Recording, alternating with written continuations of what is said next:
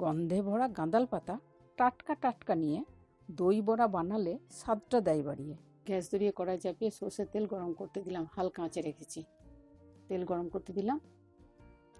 এবার বিউলি ডাল বাটা নিচে, তাতে দিলাম আদা বাটা, জিরে গুঁড়ো, ধনে গুঁড়ো, শুকনো লঙ্কার গুঁড়ো, হলুদ গুঁড়ো, স্বাদ মতো নুন,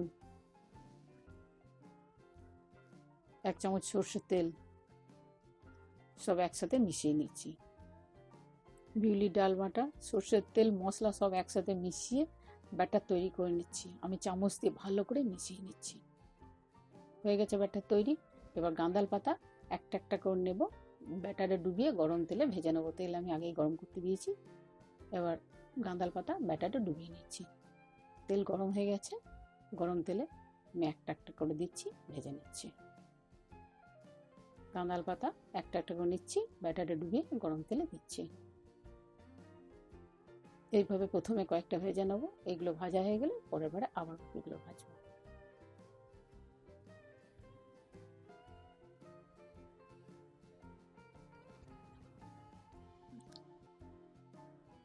একটা একটা করে পাতা নিচ্ছি, ব্যাটারে ডোবাচ্ছি, গরম তেলে দিচ্ছি।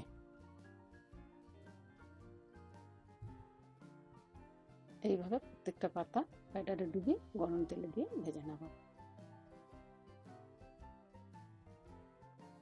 পাতা নিলাম, ব্যাটারে ডুবাচ্ছি, গরম তেলে দিলাম। প্রথমে কয়েকটা ভেজে নেব।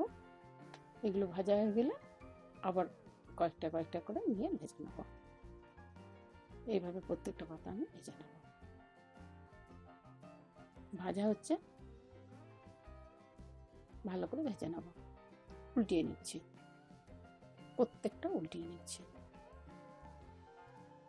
এইগুলো ভাজা হলে আবার কিছু ভেজে নেব, একইভাবে ভেজে নেব। উল্টিয়ে দিচ্ছি, প্রত্যেকটা ভালো করে ভেজে নিচ্ছি।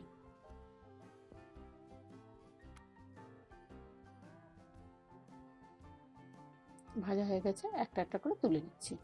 এগুলো ভাজা হয়ে গেলে আবার কিছু ভেজে নেব। তুলে নিচ্ছি।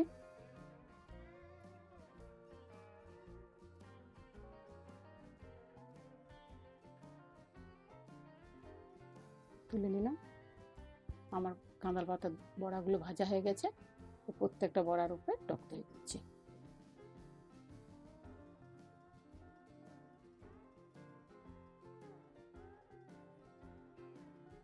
টক দই দিয়ে দিলাম। এবারে বিট নুন দিচ্ছি, প্রত্যেকে বিট নুন ছড়িয়ে দিচ্ছি। ভাজা মশলা গুঁড়ো ছড়িয়ে দিচ্ছি। ভাজা মশলা গুঁড়ো রেসিপি নিচের ডেসক্রিপশন বক্সে দেওয়া আছে।